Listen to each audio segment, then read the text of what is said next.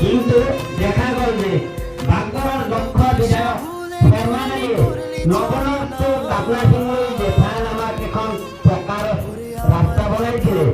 আর এখন বলন দিছিলে এখন যদি আমি আমার মাটিখিনি বিক্রি করে বলে যাও যদি আমি 50 লাখ টাকা পুজোতে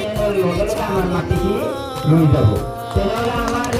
উন্নতি হয় গতিকে আমি সদায় উন্নতি হবে আসলে আমি তার মানে বক্তব্য থাকলে আমার এই জীবনটাই বক্তব্য থাকলে লাভ নহব আমার দুজন বিধায়কে সরব যিমান মিটিং কৰি আছে এজনৰ মিটিঙত নকয় মই এই কামটো মিডিয়া সমষ্টিত কৰি দিম সিহঁতে সদায় কৈ আছে যে আমি সরকার পরিবর্তন করি